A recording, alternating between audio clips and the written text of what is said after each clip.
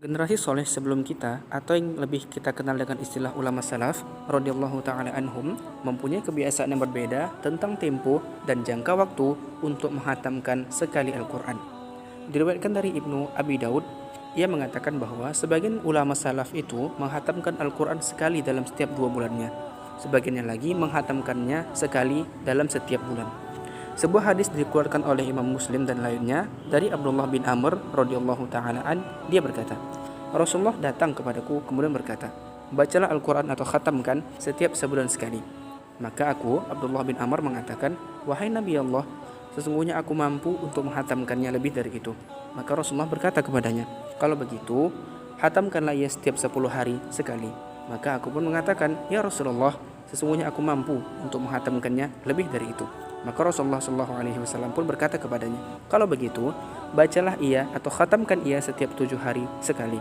Dan jangan kurang dari itu, karena istrimu memiliki hak atasmu. Orang yang mengunjungimu punya hak dan jasadmu pun mempunyai hak atasmu.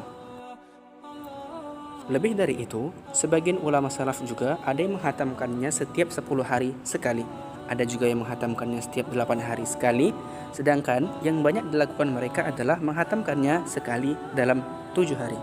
Bahkan di antara mereka itu ada yang menghatamkannya setiap 6 hari sekali dan sebagiannya lagi setiap 5 hari sekali. Hal ini diriwayatkan oleh Abu Ubaid dalam Fadhailul Quran halaman 178 dari Ibrahim An-Nakhai berkata, Al-Aswad, yakni Ibnu Yazid An-Nakhai, biasa menghatamkan Al-Quran setiap 6 hari sekali, sedangkan Al-Qamah menghatamkannya setiap 5 hari sekali. Banyak juga di antara para salaf itu yang menghatamkannya setiap 3 hari sekali, sebagian lagi setiap 2 hari sekali, ada juga banyak yang menghatamkannya sekali dalam sehari. Bahkan di antara mereka itu ada yang menghatamkan 2 kali dalam sehari.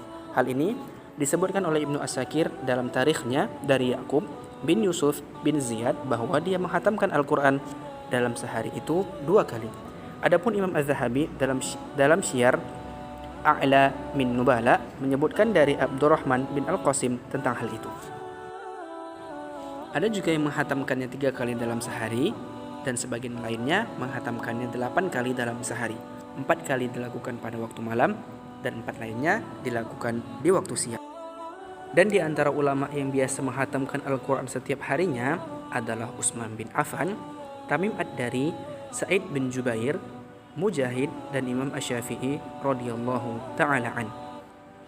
Di antara orang yang menghatamkan 3 kali dalam sehari adalah Sulaiman bin Itr radhiyallahu ta'ala an, seorang qadhi Mesir pada zaman pemerintahan Muawiyah, pemberi nasihat masyarakat Mesir dengan kisah-kisahnya.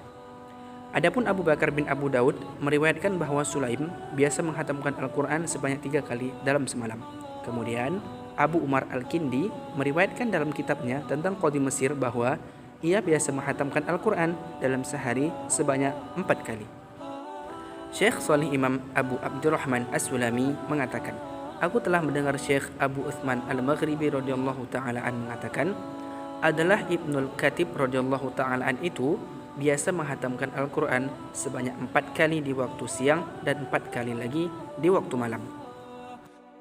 Kemudian As-Sayyid Al-Jalil Ahmad Ad-Dawraqi meriwayatkan dengan sanadnya dari Mansur bin Zadan, salah seorang ahli ibadah kalangan tabi'in, bahwa dia biasa menghatamkan Al-Quran di waktu antara zuhur dan asar saja.